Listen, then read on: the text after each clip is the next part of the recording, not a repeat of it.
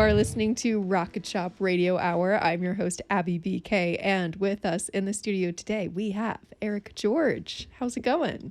I'm doing great. We just connected over a Franklin song. Franklin Turtle. Yes. You all missed out, anyone listening. Franklin the Turtle was a cartoon turtle, yes. Not a real turtle. I regret to inform people who maybe thought it was real. Okay, I have to interrupt. This is not true. My niece, who's living in my house right now, has a real turtle named Franklin. Wow. Oh. Yes. Okay. So they're not mutually exclusive. It's based on him. Yeah. But the theme song's great. It's a great theme song. No, it is. And it's like, I think there's a jaw harp in it in the original one, which is always a cool sound to have in a song. Quite nostalgic. Yeah. Definitely. That's like a cover you got to play out now that... It's my sound check. I think it's been my sound check lately. That's awesome. Yeah. Yeah, well, so last time you were in here, you were here in March of 2019. I know that's obviously been like plus 5 years, 6 years. So, but what have you been up to? It seems like you released a lot of music since then. Let's take it back in time and think about the last time you were here. For sure. I'll try my best.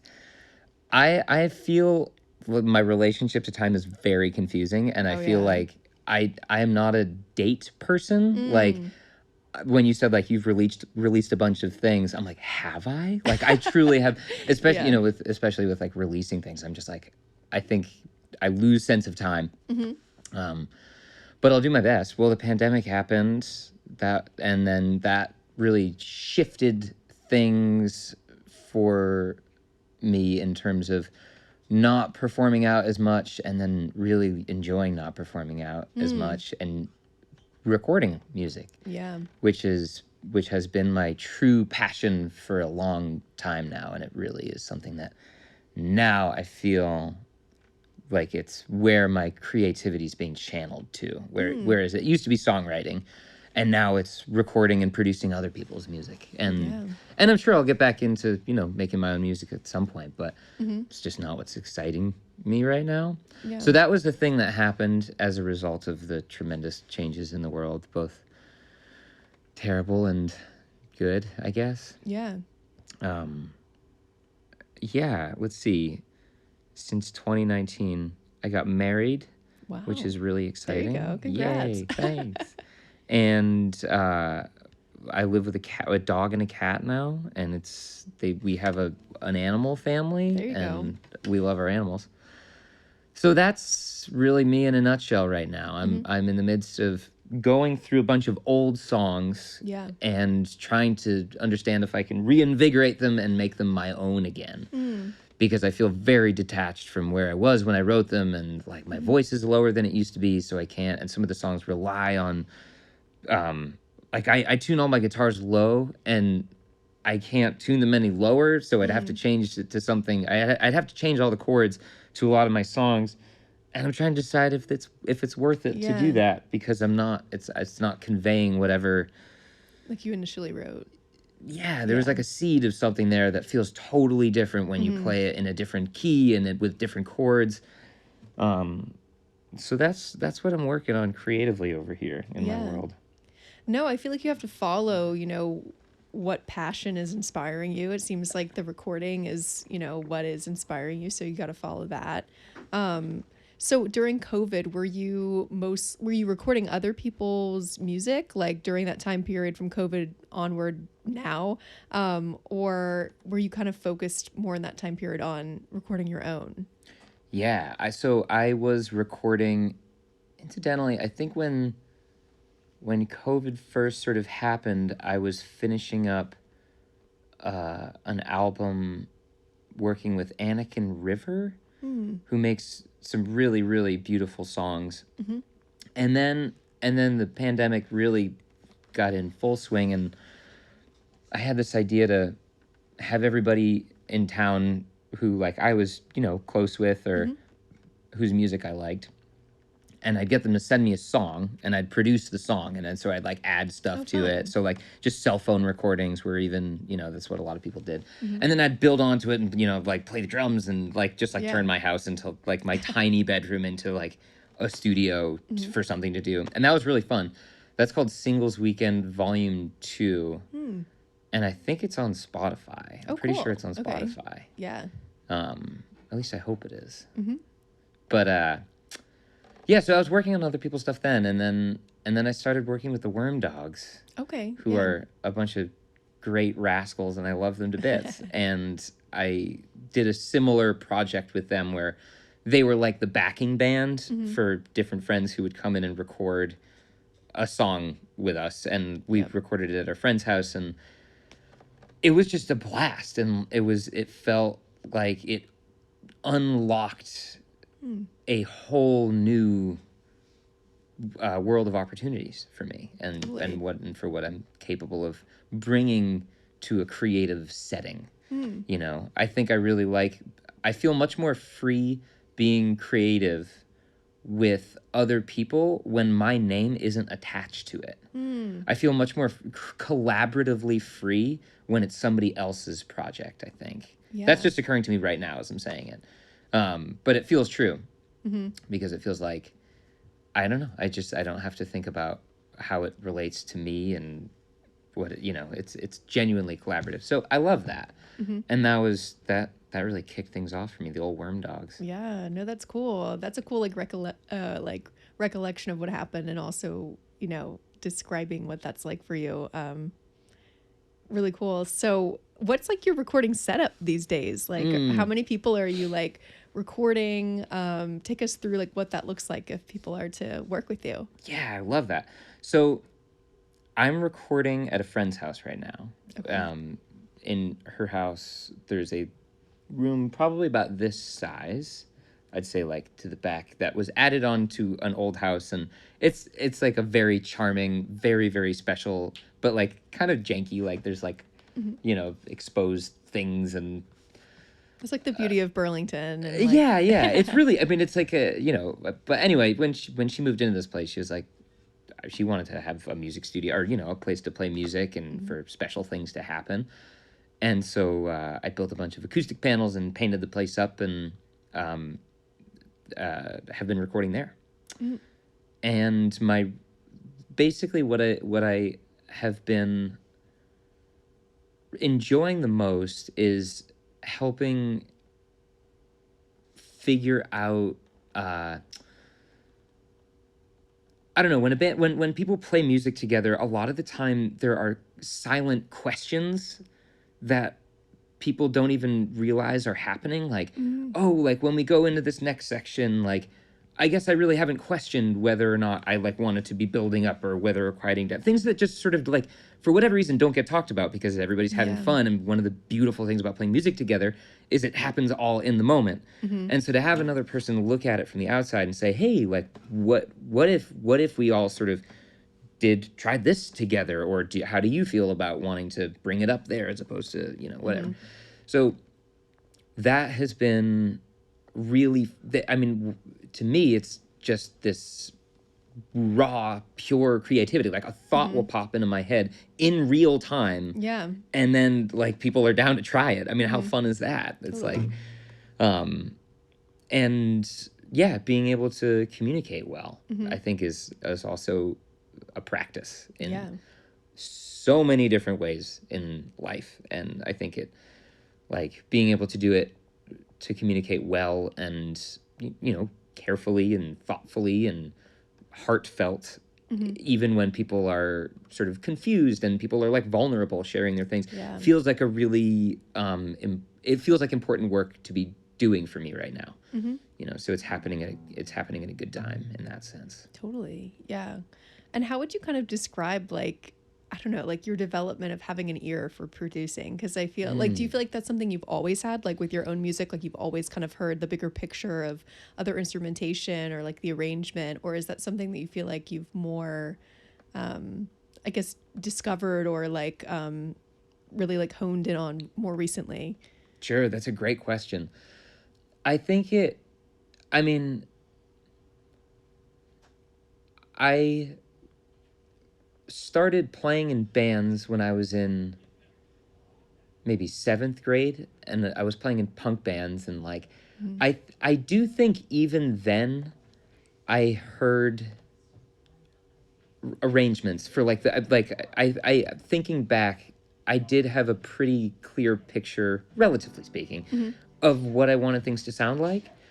And I think one of the things I've enjoyed most about writing as much material as I've written is that it has given me a lot of opportunity to practice that, to practice hearing what isn't there, and sort of filling in, like, coloring in uh, the skeleton of a song, or like the bare bones of a song, and which is part of the current situation with where I'm at in this moment, is like, how do I relate to these old songs, and is it possible to sort of like wipe some of the color away and like paint it again. Right.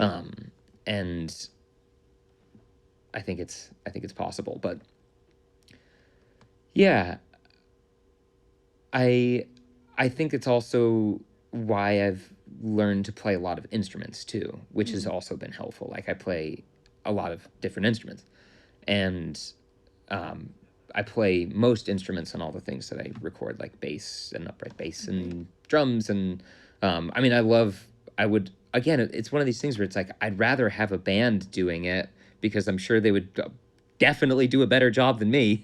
But like, and it would be more fun. But it's like, I realize that all these recordings that I've been doing have all been practice for what I really want to be doing now, which is having essentially a really large tool chest of different sounds and ways that things can fit together that, I've been practicing with this over the years. Yeah. So I don't know. Yeah, I think it is something that just the more you do it, the more, and caring less about, I think was able to make so much and practice it as much as I did, because I at a certain point I was like, I don't really care about perfection. Yeah. And that's a double-edged sword, because it's like, I'm at the point now where it's, I really want to be intentional about the things I'm releasing, and have them be really thoughtful expressions of who I am and where I'm at, and how I am interpreting everything going on in the world. So I think I lost that train of thought. It was right there. Anyway, being able to... Oh, yeah, perfection. Yeah, perfection. It feels like it's an inhibition to allowing those things to develop naturally as they would be. Just like tons of doing it again and again. Yeah. I mean, you'll never reach that, whatever perfection is, in a way, like, and it can't like stifle the creative process. Like, you kind of just have to do it and see where it lands. So in terms of like playing different instruments and being like a multi-instrumentalist, what did you like, what's your musical origin story? Like, what did you pick up first? How did you like go about learning all of these different instruments to get to where you are now? Yeah. I got a drum set. I can't remember if I started playing guitar or the drums first. Everything is sort of hazy from back then. I was about 10 years old, and I was at a creative arts camp that I was lucky enough to go to, called the Charles River Creative Arts Camp. And all I wanted to do was play ultimate frisbee, which is still all I want to do, incidentally. It's my favorite thing to do in the world. And they were out of there was a line at the beginning of the week, you sign up for things, and there's a whole long line of people that all wanted to sign up for ultimate frisbee, and it was the guy in front of me was the last spot, so they stuck me in a guitar class, and I just fell in love with it. I just like started doing it and was just got totally obsessed. And I think the first song that I learned how to play at that camp, which is cool because later in life I appreciate this fact so much more, which is Guantanamera. The Pete Seeger famously sang it at Carnegie Hall, but it's by Jose Marti, the poet. Well, it's this beautiful song, but that was the first song I learned. But after that, it was guitar, and then I took lessons for a long time, and I've reconnected with my old guitar teacher recently. This guy, nice. Aaron, he's delightful. He's blind, which was a really it was. I'm thankful that I never wanted to learn how to read music, because I could it was so obvious that I didn't need to, you know. It was like Aaron was just his instrument is a part of him, and he speaks Yeah. through it, and I was just like, oh, I really don't need to read music in order to communicate through music. I mean, it'd be helpful at this point. I'm like, I wish I knew how to do it, but yeah, I love that guy. And yeah, and then playing with punk bands, played drums in punk bands, and that was sort of my real first expression of what I wanted to do with music, was to let anger out. And you know, it's still, I'm trying to re-navigate that relationship with music. I don't want music to feel angry when I'm playing it anymore. It feels tiring.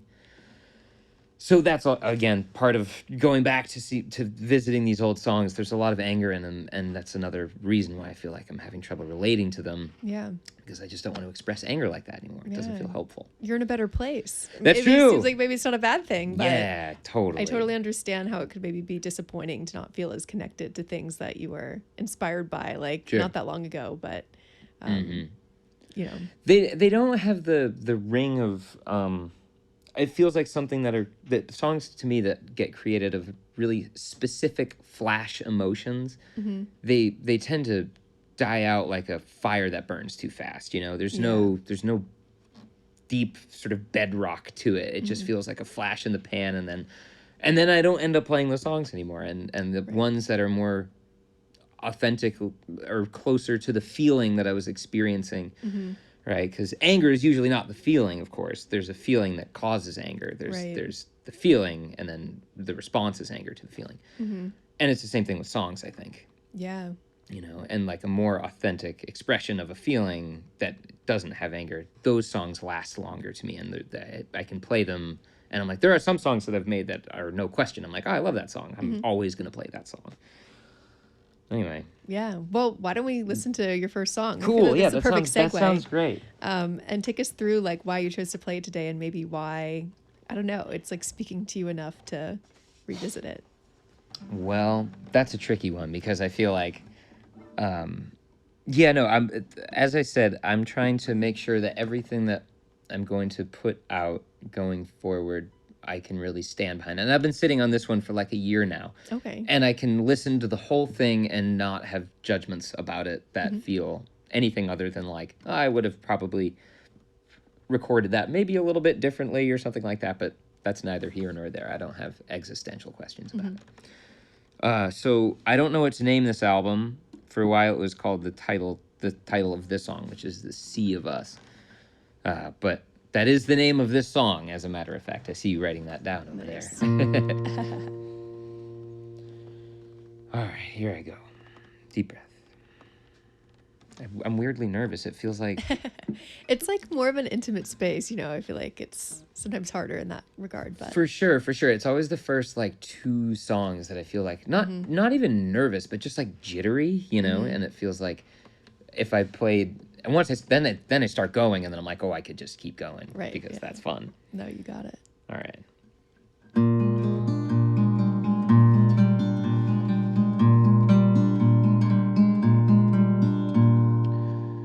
If you ask where the good times go when they're not knocking at your door, and why do the young grow old? Some never do. Tell you the truth, I go on believing that this is the last we'll see of us.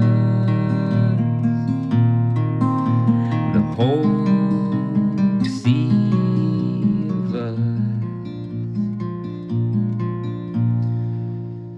Given time, the vines will climb, roses unfold, those that would hold them down deep, feed the sheep, the sea of us, the dust beneath our feet. I go on believing.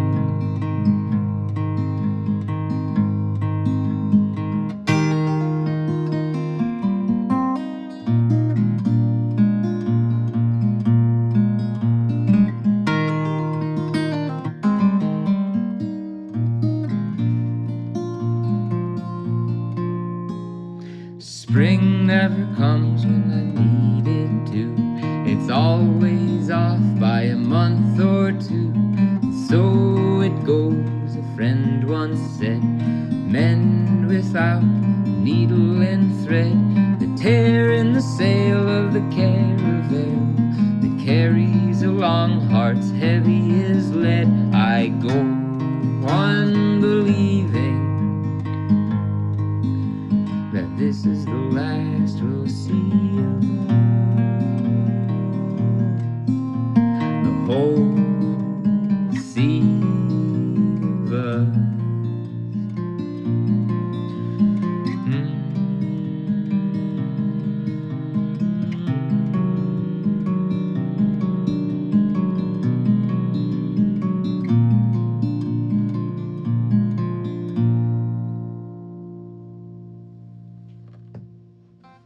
The Sea of Us, Eric George.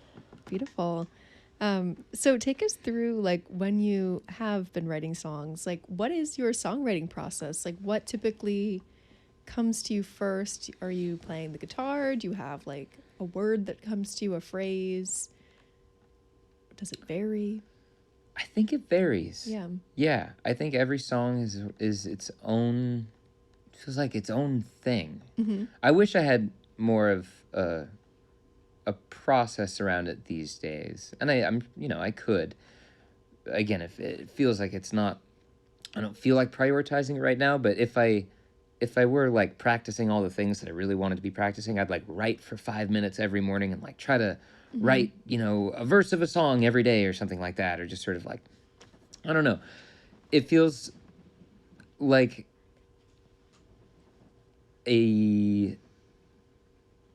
it feels like waiting around for a muse of a song to sort of come through doesn't work for me anymore. So it used to just come more easily, and I think that's a lot of people's experience, when you're figuring out who you are. Right. There's a lot of inspiration. Yeah, there's a lot of inspiration that comes around. And then things sort of settle and then the practice just has to look different. And I haven't really adapted my current practice to my current state, I think. But I can speak to the way that probably it was before, is I would create something in tandem with, lyrics and melodies and chords sort of all kind of happen at the same time. Except for some things, like an album I made called Mostly Ghosts was a punk album. And incidentally, I broke my arm 2 summers ago rollerblading. Oh my gosh. When am I going to learn? I have a broken pinky right now. They can't see that. Right. They? Who's they? Who are they? Whoever's listening. Whoever is listening is the they. Listeners. Yeah, so I broke my arm and this was also a pandemic thing, is I recorded a punk album, but just the music. Like I just like sort of rocked out and like made things and then like played other instruments to it. And I had Sean Priest and Jer Coons recording. They lived at the time in an apartment like a few blocks away from me. And they recorded drums and like we had to be in separate spaces. So I'd like open the door and it was like winter and I was like standing outside listening to the take with like a long, a headphone extension, and I'd like open the door and be like, could you like hit the drums like this on that second verse, and like but for that album I wrote all the lyrics after. So it can be, it depends on, again, how authentic the song feels to the feeling that I'm currently having. Yeah. And then it can also just be like its own fun side show. Yeah. Like a, punk album or whatever. Totally.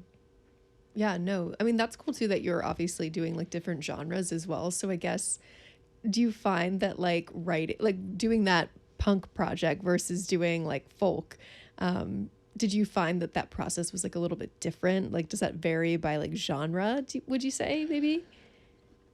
That's interesting. I think even thinking about the first punk album that I did, Song of Love, which I love that album. There's like, again, that's one of those albums that I'm like, I can stand behind it. It's really fun to listen to every time. Like I was clearly having a lot of fun making it, but it was simply about the concept of making a punk album. It was like, that was the point of it. Oh, is that me? I'm so sorry. That's so unprofessional of me. No, you're good. Wow. All right, there we go. You're just popular. Yeah, exactly. With my friend Lydia Kern. Shout out Lydia. Shout out to Lydia Kern. Alrighty. Is there anything else you'd like to hear? I'm loving these questions, by the way. Yeah. Yeah, I mean, if you'd like to play your second song, you can go right ahead. Sure. Is there a time thing here? Do we just play and do we just hang out till we hang out? It's usually around like 45 minutes. Cool. So, All right. You know, I'm timing it out over here on my end a little bit. But, Right. Yeah. For sure. Yeah. But 4 songs. So, yeah, we're right on. All right. Sketch. Perfect. I love it. I'll do this one.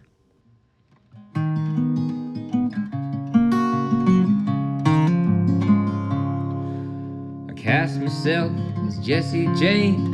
Yes, that's right, I'm writing to play. If you know anyone who can sing like Nina Simone. I got big ideas and lots of time, drum machines and true crime. I am of that generation. Make a brew without high-toned coffee. Figure out something to occupy me. Turn on the daily news and shake my head. My job of work is easy to find. 15 an hour to lose my mind. I am of that generation.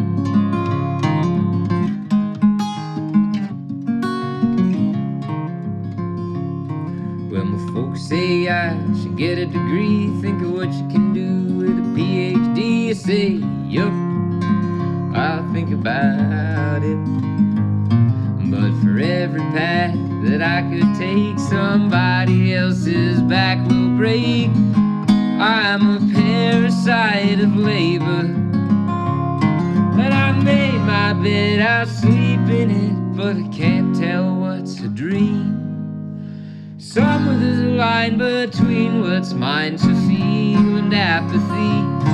I raise my flag and my feet drag down a road of old plantations, and I am of that generation.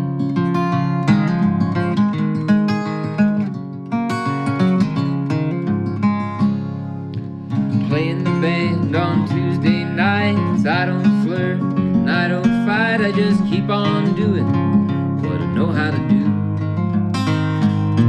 But I got plans to buy some land, grow tomatoes, work with my hands. I am dreaming of a cabin. I'll be ready for the end time. And all my friends, share my dream of living in town, living in screens. The fact is that distraction plays a part. But anyway, about my play, I hope you come, I hope you stay, and find yourself a new sensation. 'Cause I am of that generation.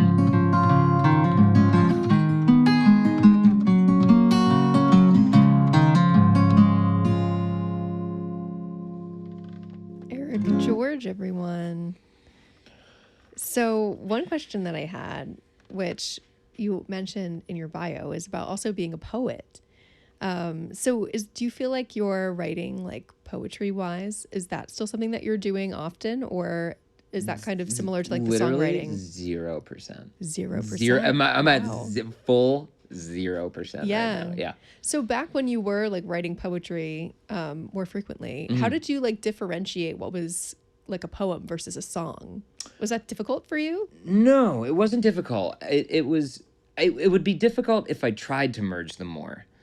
But it was not difficult because it never felt like I wanted to. I mean, every once in a while, I think I have like 2 songs that I wrote that were like both poems and songs that could be like either one.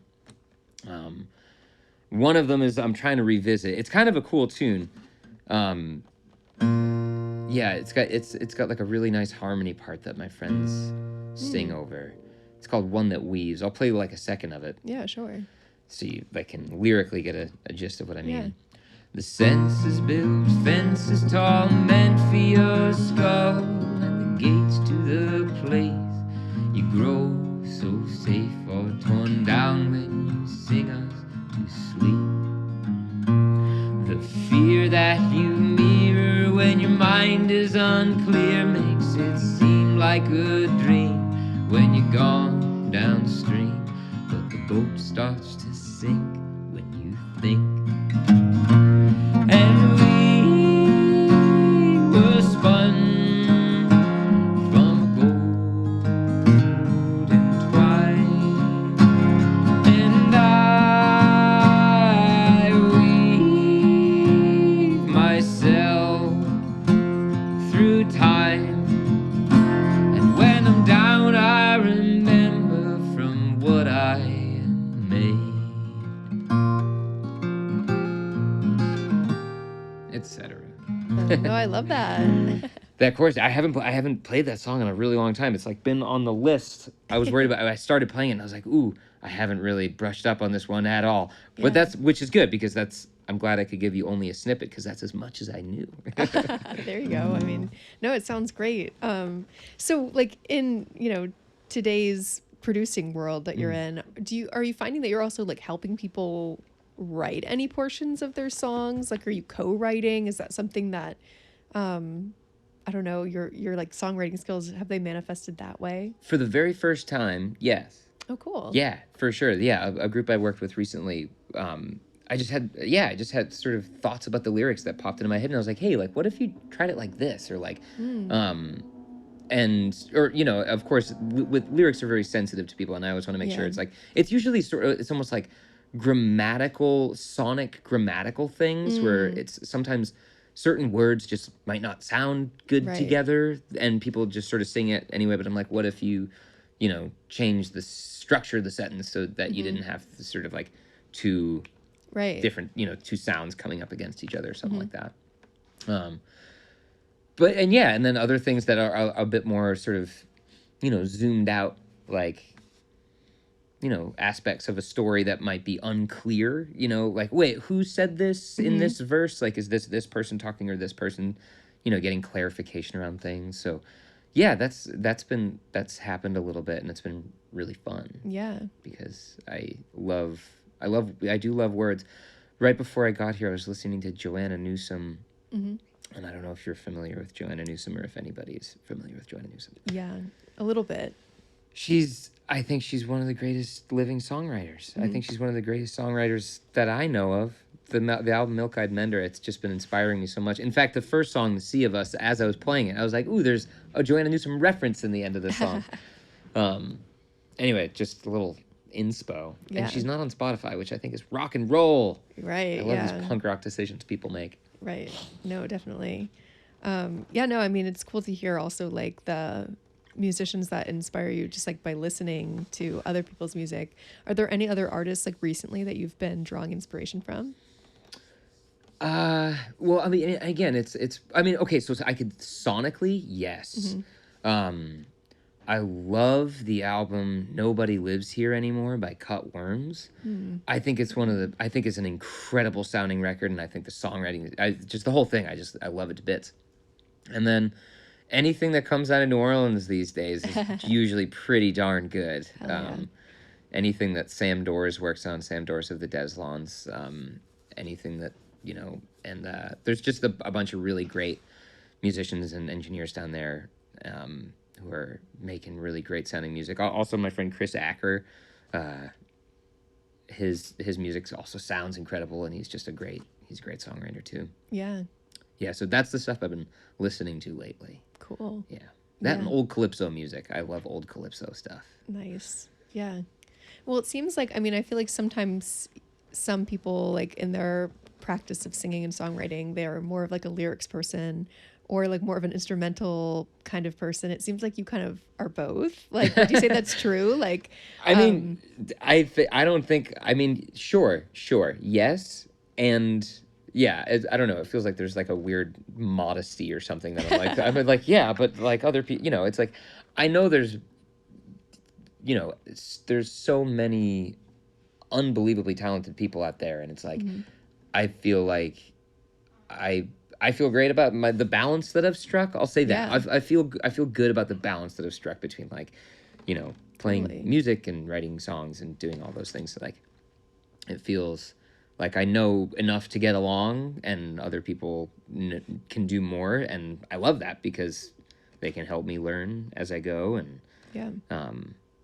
but the spirit's there. Which Yeah, is, no. that, It's impressive. I mean, you're well rounded. Like, it seems like you have, the ear for it all almost. well, thanks. With that being said, what's your third song? Third song. That's a great question. What is my third song? Whatever you want to do. All right, I'm gonna look at this list again. How about? Oh, I wish I knew how to play some of these. All right. I'm vowing to only play new songs. Part of me is like, that's what's internally happening. That's why I'm quiet over here. I'm like, I should just play an old song. But no, I gotta force myself to play new songs because that is the whole thing. Holes in Leather. Holes in Leather. I'll talk about a wordy one too. Here we go.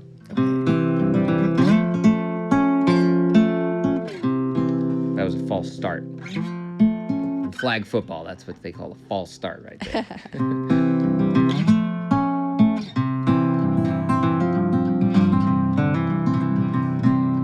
Picture the ocean, the distant horizon, fixtures and moments though we'll love Poseidon, and it all comes back to me the way it was supposed to be. Picture the first time the sun set behind a monolithic gift we made with our hands, see it stand out against the gloaming hooray. How long did we expect it to stay? Oh, time makes fools of our plans, a slow erosion like water turns stone into sand. Oh, that's why I got the chord wrong. There it is, I got it now. A slow erosion like water turns stone into sand. That's how it goes. Ancient ladies quilting and my friends in her room felting. I'm meddling with the pedal of this sewing machine, though I know my lover can do it better. I'm resigned to punch holes in leather,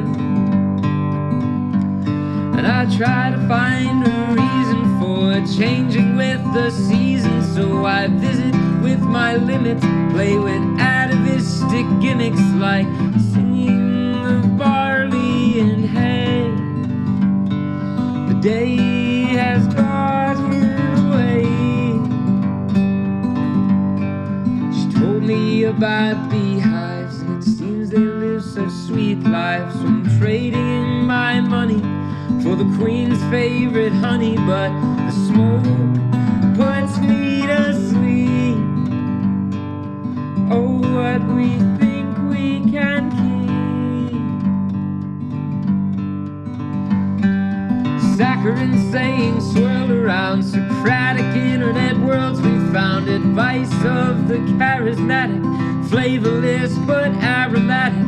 By the time you memorize a poem to open all our eyes, the moments pass, no one's listening. The glass half full is slowly spilling steady.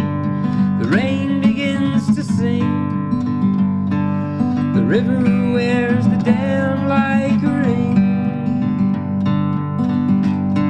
Oh, time makes fools of our plans, a slow erosion like water turns stone into sand.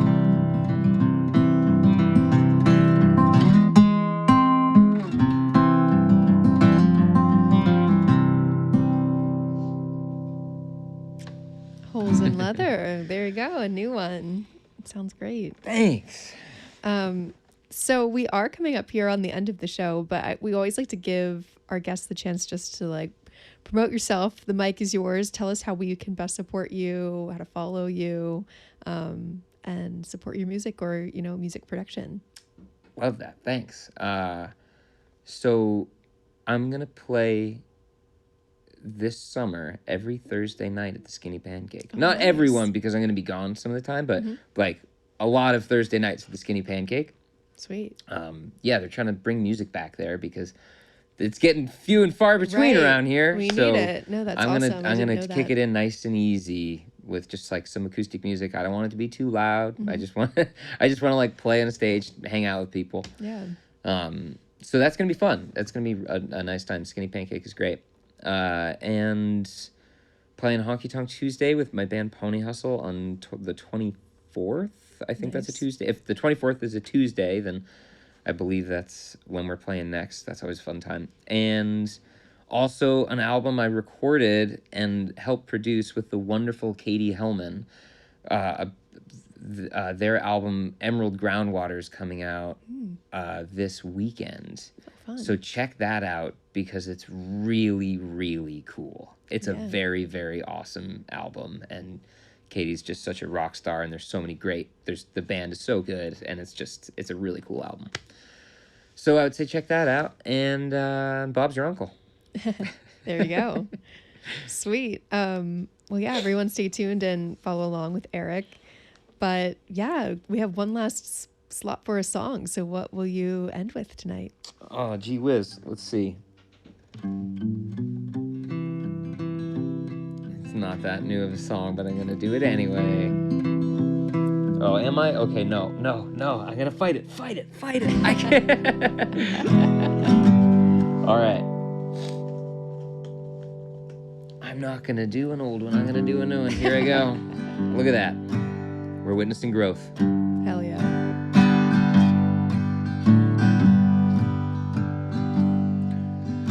Neptune is always a ways from my door. The sidewalk just takes me to the store.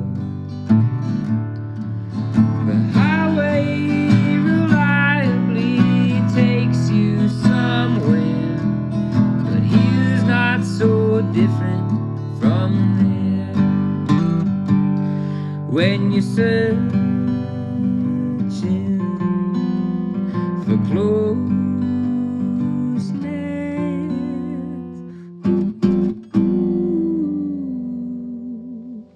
my old standby, oh my go-to, my steady, is a feeling I've had since I was young.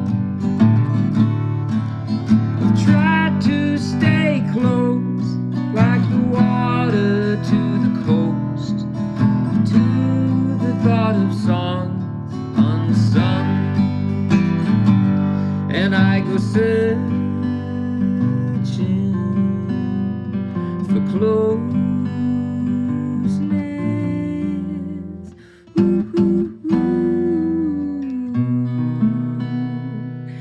Goodbye, you know I hate to leave this way, but the first day of spring seems so far away. Going to fight or crying much better, 'cause inside my mind it's been pretty rough weather. When living's a horizon and the sun is rising, too slowly to be seen in the sky. Just remember there's a fire on the other side, burning its way through the night, and I go searching for closeness.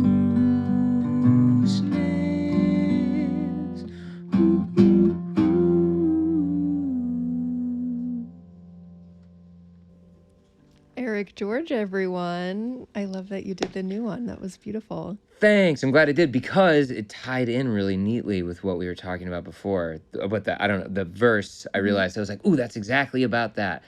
It's a feeling I've had since I've been young. I've tried to stay close like the water to the coast to the thought of songs unsung. There you go. It all ties together. Full circle. Yes. You did my job for me. Perfect. Well, thank you so much for coming on the show, Eric, and we'll have to have you back. Thank you for having me. It's been a Yeah. delightful time chatting with everybody here in the studio. Yeah. It's a wonderful group. Thank you. Totally. And we'll stay tuned for what's next and listen into some of those projects you mentioned. But yeah, as for now, everyone listening, this has been Rocket Shop Radio Hour at Big Heavy World on the Radiator. I'm your host, Abby BK, and next week there is no Rocket Shop. We're taking a break, but we will be back on June 18th with Interwoods, so make sure to tune in then. But as for now, once again, this has been Rocket Shop, and thanks for tuning in. We'll see you next time. Hooray! Thanks. Those are all such great questions, and you asked them so intuitively. Thank you. Yeah.